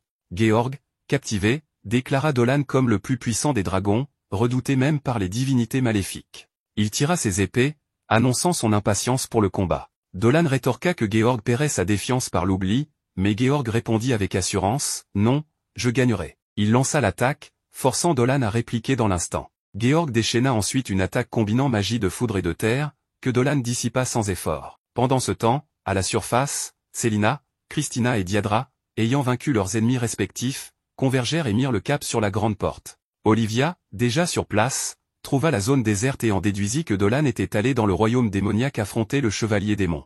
Elle découvrit un cercle magique au sol, marqué par un cristal magique que Dolan avait dissimulé hâtivement. Alors que les chefs des 3 tribus de la forêt approchaient, Olivia leur expliqua le départ de Dolan pour le royaume démoniaque afin de combattre le chevalier démon. La reine araignée proposa de détruire la porte, saisissant l'occasion pour garantir la sécurité de la forêt. Le chef des loups-garous condamna l'idée comme déshonorante, mais la reine araignée resta ferme, priorisant le bien-être de son peuple. Célina et les autres arrivèrent peu après à la porte, choqués de découvrir que les anciens envisageaient de sacrifier Dolan pour la survie du village. Ils arguaient que la défaite de Dolan signifierait leur perte, mais Célina affirma avec confiance l'invincibilité de Dolan. Christina, partageant son intuition que Dolan prévaudrait, lui donna raison. Les anciens restèrent sceptiques jusqu'à ce que Diadra et Gio soutiennent Dolan, arguant que l'abandon de ce dernier rendrait leur victoire vaine. Leurs suppliques combinées forcèrent les anciens à reconsidérer leur décision. Dans le royaume démoniaque, Dolan avait mis le chevalier démonique sur la défensive. Georg ripostait avec férocité, lançant une série de frappes rapides, mais Dolan les esquivait toutes. Georg libéra ensuite une explosion d'énergie sombre que Dolan contra avec son souffle draconique, surpassant l'attaque et provoquant une énorme explosion. Georg survécut miraculeusement et apparut derrière Dolan pour une attaque surprise. Toutefois, Dolan anticipa le mouvement et trancha les mains de Georg une par une, avant de le couper en deux, proclamant la vengeance pour tous les habitants de la forêt que Georg avait tués. Georg ne montra aucun remords et déclara que mourir aux mains d'un dragon était le plus grand honneur. Il disparut avec ces mots, mais les ennuis de Dolan n'étaient pas terminés.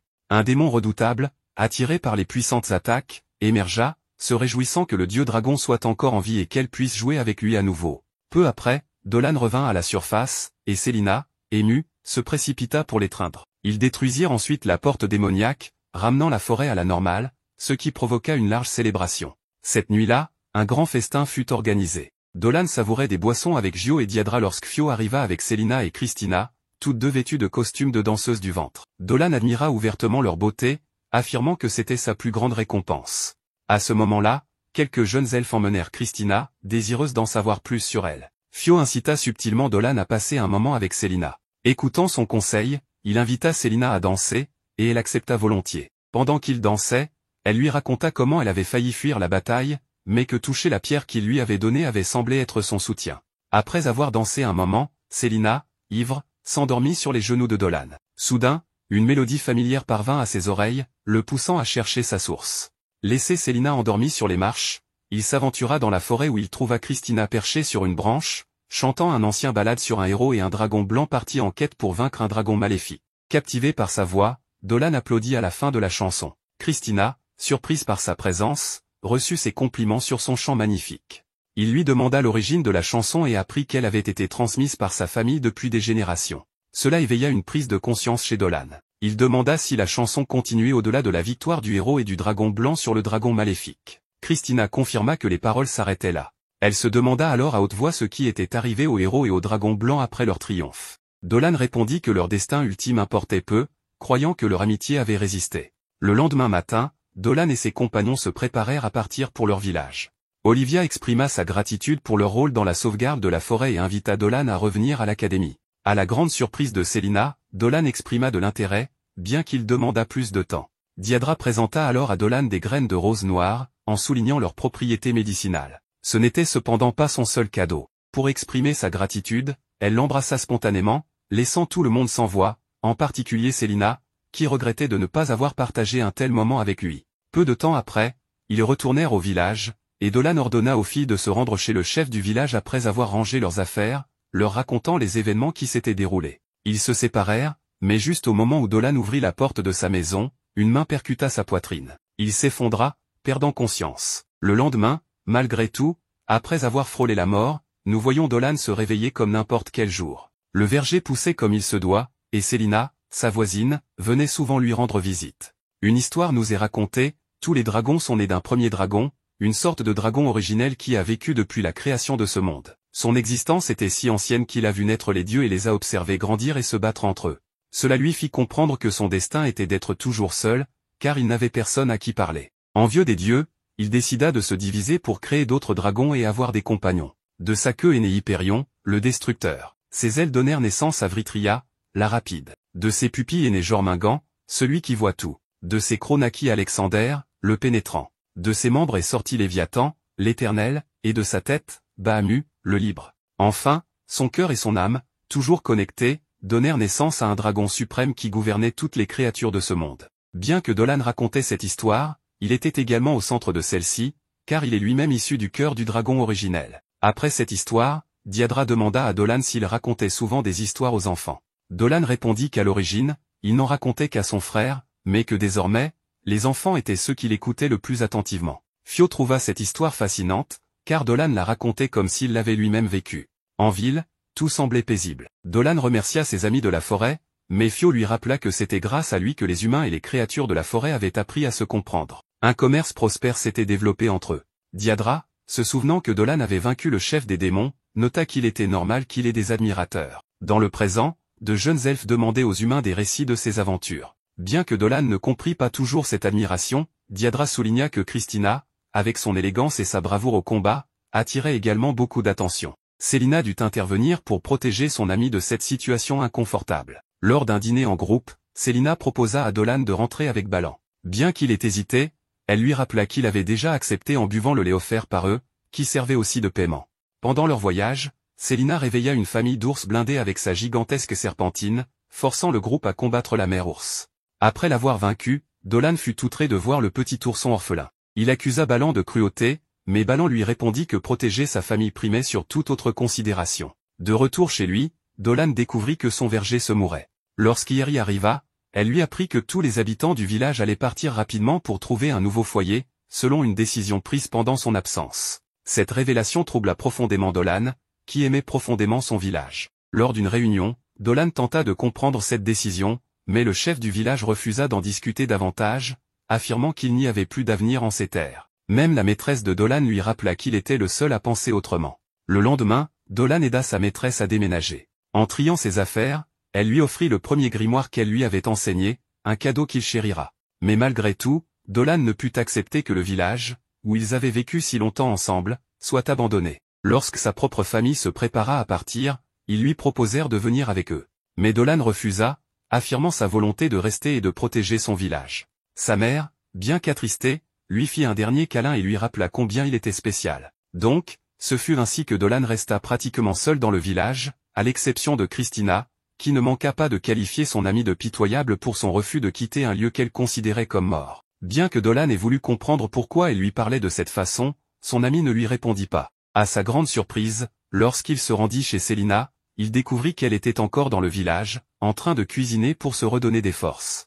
En le voyant, elle lui offrit immédiatement une soupe, tout comme lors de leur première rencontre. Cette fois, cependant, c'était elle qui cuisinait. En partageant ce repas, Célina rappela à Dolan que la soupe contenait du lait de Miu, ce qui signifiait qu'ils en goûtaient probablement pour la dernière fois. Dolan en profita pour demander à son amie pourquoi elle s'était débarrassée de tous ses biens habituels, mais avant qu'elle ne puisse répondre, un bruit sourd retentit dans la direction de la maison de Dolan. Accourant sur place, ils tombèrent sur Christina en train de tout incendier. Selon elle, cela rendait l'endroit bien plus attrayant ainsi. Elle expliqua également que certains villageois étaient revenus pour l'aider, considérant que si ce lieu maintenait Dolan attaché, il fallait le détruire pour qu'il soit enfin libre. Malgré tout, Dolan ne comptait pas quitter le village simplement parce que sa maison était en cendres. Christina, insatisfaite, menaça ensuite de brûler son potager, qu'il avait cultivé avec tant d'amour. Dolan l'interrogea alors sur les raisons de ses actes, mais Christina répétait inlassablement qu'elle le faisait uniquement pour qu'il soit libre. N'ayant plus d'option, Dolan se tourna vers Célina, mais celle-ci,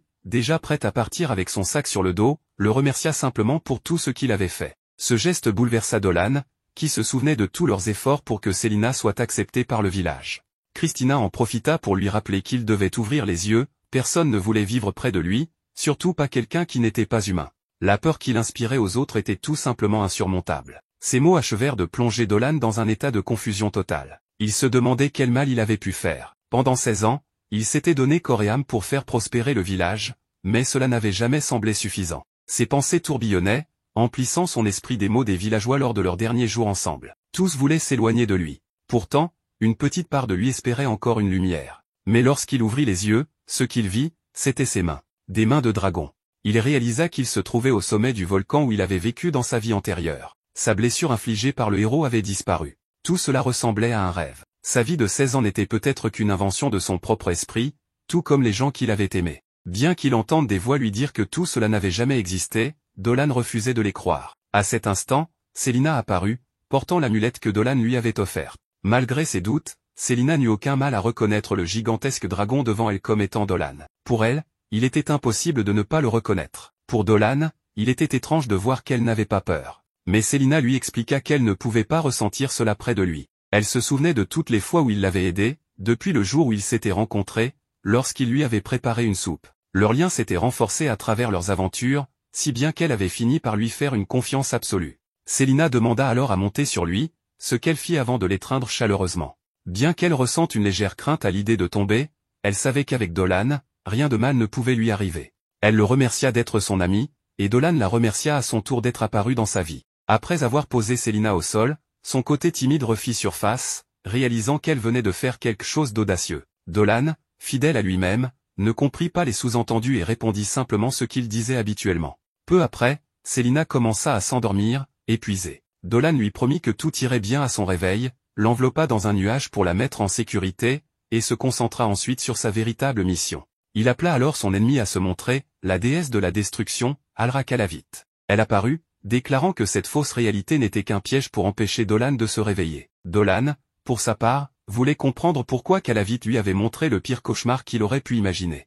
Calavit lui répondit qu'il l'avait amplement mérité. En effet, il avait utilisé le héros comme prétexte pour se rendre. Mais cette décision, profondément égoïste, avait été un acte de lâcheté qui revenait à abandonner les humains, les dieux, les autres dragons, et même lui-même, sans consulter personne. Pire encore, il l'avait fait pour mener une vie totalement monotone et dénuée de sens. Dolan, de son côté, reconnut qu'il avait peut-être fait une erreur. Cependant, après être rené en humain, il réalisa que ses parents, les villageois, et ses amis avaient tous été essentiels pour lui apprendre quelque chose qu'il n'avait jamais eu dans sa vie précédente de dragon, la détermination. Si seulement il avait eu cette détermination, il aurait peut-être affronté le héros au lieu de simplement se rendre. C'est pourquoi Dolan déclara que dans cette vie, il comptait profiter pleinement de son existence humaine, tout en conservant son âme de dragon. Cela signifiait également que son nouvel ennemi était désormais Calavit qui se tenait devant lui. Même si ses paroles semblaient inspirantes, la démone lui rappela que ce monde était le sien et qu'elle le contrôlait entièrement. En disant cela, un étrange dragon apparut des profondeurs. Selon Calavit, il s'agissait du même dragon qui avait donné tant de mal à lui-même et aux héros légendaires dans le passé. Cependant, cette fois, Dolan, sans prononcer un mot de trop, s'élança avec un enchaînement de coups puissants. Ses attaques suffirent à vaincre à la fois son ennemi juré et Calavit. Dolan jugeait impardonnable de lui avoir montré son pire ennemi, et le châtiment pour cela fut un coup de poing dévastateur de dragon. Bien que cela n'ait pas suffi à tuer la démone, celle-ci se plaignit qu'il n'aurait pas dû devenir plus fort après sa renaissance. Dolan, de son côté, expliqua que renaître avec cette force n'était pas une bénédiction pour lui, car sa prochaine réincarnation pourrait tout simplement ne pas exister. Son âme risquait de ne pas supporter tant de réincarnations successives combinées à son pouvoir. La démone comprit, reconnaissant qu'il faisait référence à la malédiction des dieux déchus qu'un ennemi lui avait infligée dans le passé. Cela signifiait que Dolan n'avait probablement plus beaucoup de temps à vivre, ou du moins pas autant qu'un humain normal. Cette révélation inquiéta Calavit, qui ne pouvait rester indifférente à l'idée de voir un ami mourir. Après tout, leur amitié avait empêché Dolan de la détruire récemment. Dolan, comprenant que Calavit était une déesse déchue avec un lourd passé de malfaisance, réalisa qu'elle était aussi sa seule véritable ennemie depuis longtemps. Pour cette raison, il la considéra également comme une amie. Cette déclaration suffit à ramener Dolan à une matinée typique. À son réveil, Célina le traita de paresseux pour avoir tant tardé à se lever. Dolan, curieux, lui demanda ce qu'elle ferait si elle rencontrait des ours cuirassés pendant une chasse. Célina répondit qu'elle n'utiliserait que ses yeux pour éviter que quiconque ne soit blessé. Cette réponse confirma à Dolan qu'il vivait bien dans le présent. Plus tard, en cherchant Christina, Dolan lui annonça qu'après réflexion, il avait décidé de rejoindre l'académie de Galoa. Un rêve où Berne était détruite l'avait poussé à vouloir protéger son village plus que jamais. Denzel, dans le passé, lui avait conseillé d'apprendre de nouvelles magies pour améliorer la qualité de vie du village. Christina trouva que c'était une excellente idée, car avoir un ami en classe serait bénéfique. Ce même après-midi, tout le monde vint lui dire au revoir, même si Dolan précisa qu'il ne partait que pour passer l'examen d'entrée et reviendrait bientôt. Pendant l'examen, Calavit l'aida discrètement en mentionnant que des magies anciennes, oubliées dans le présent, pourraient être utiles. Cependant, cette intervention fit passer Dolan pour quelqu'un de distrait, ce qui poussa le professeur à lui demander son examen, tout en lui rappelant qu'il y aurait une épreuve pratique le lendemain. Pendant ce temps, au village, ses amis étaient fiers qu'il passe un examen important en ville. Mais Célina s'inquiétait de ne pas pouvoir vivre sans lui pendant 2 ans. Célina, de retour chez elle, s'occupa en lisant des livres illustrés, une activité rendue possible grâce à Dolan, qui lui avait appris à lire. Cette différence d'éducation impressionnait également la jeune fille, car Dolan souhaitait s'améliorer pour que tout le monde ait une meilleure vie à l'avenir. Comme dans le livre qu'elle lisait, elle était en partie considérée comme un monstre, ce qui la convainquait peu à peu qu'elle ne devait pas rester près de son ami. Sans compter que son objectif restait de trouver un mari, car c'était le but de sa vie. Cependant, la dernière page du livre, où un humain s'approche d'un monstre, lui donna un peu d'espoir. Elle ne pouvait nier qu'elle avait toujours eu des sentiments pour lui, mais ce moment était difficile, car même s'il décidait de rester avec elle, elle ne pourrait jamais être heureuse dans le village. Cela ne lui laissait qu'une seule option, ne jamais revenir au village. De son côté, Dolan, au milieu de la nuit, attendait Denzel pour discuter d'un sujet très important. Sans savoir pourquoi, Dolan se rendit directement chez Célina le lendemain, mais elle ne répondait pas, même lorsqu'il l'appelait. N'ayant pas d'autre choix, Dolan entra chez elle et trouva 2 lettres, l'une adressée au village et l'autre à lui-même. Dans cette dernière, la Lamia remerciait Dolan pour tout et révélait que son objectif de trouver un mari était devenu sa nouvelle motivation. Bien sûr, Dolan ne perdit pas de temps et partit à sa recherche. Dans sa lettre, elle s'excusait également de ne pas s'être personnellement dite au revoir. Déterminé, Dolan reprit sa forme de dragon pour couvrir plus de terrain. Lorsqu'il la retrouva enfin au crépuscule, Célina s'était réfugiée comme d'habitude sur le sol pour dormir. Entendant un bruit, elle pensa d'abord à un ennemi et prit la fuite, mais elle se rendit vite compte qu'il ne s'agissait que de son ami. En marchant ensemble, ils revinrent à la rivière où ils s'étaient rencontrés pour la première fois. Ce moment fut empreint de nostalgie, surtout lorsque les esprits de la Terre étaient proches, bien qu'il n'y ait plus d'ennemis grâce à leur travail passé. Cependant, Célina ne voulait pas se réattacher à Dolan. Elle considéra cette rencontre comme un beau souvenir, même si leur relation était relativement récente. Dolan s'excusa pour être entré à l'académie sans lui en parler, ce qui, selon lui, aurait été préférable. Célina s'excusa aussi de son départ précipité. Dolan lui expliqua qu'après avoir demandé des informations sur les règles de l'école, il avait appris qu'il était possible d'amener un familier, à condition de conclure un pacte. Cela ne poserait aucun problème pour Célina, car elle était désormais considérée comme son familier. Cependant, Célina cria que cela était impossible, car les Lamia mangeaient des humains et que tout le monde le jugerait pour avoir amené un monstre à l'école. Les professeurs et élèves le verraient différemment. Dolan savait qu'il pourrait éviter les problèmes grâce à sa force, mais Célina, troublée, finit par tomber à l'eau avec lui. Finalement, Dolan rassura Célina en lui expliquant qu'il souhaitait voir un monde nouveau avec elle à ses côtés. Ces paroles la touchèrent profondément, et entre larmes, elle accepta de le suivre. De retour au village, Dolan fut officiellement accepté, permettant à son maître de réaliser un pacte avec Célina, les liant comme une véritable famille. Avant leur départ pour l'académie, tous les habitants vinrent leur dire au revoir, y compris le chef du village et la mère de Dolan, qui leur donnèrent des conseils et leur exprimèrent leurs vœux de bonheur. Dans le cœur de Célina, ces adieux représentaient une opportunité de découvrir une nouvelle vie avec Dolan, son meilleur ami, peut-être même son partenaire. Leur lien s'approfondissait, et bien qu'elle ait douté, Dolan lui prouva qu'elle avait toujours une place à ses côtés. Vive l'amour entre espèces, peut-on dire?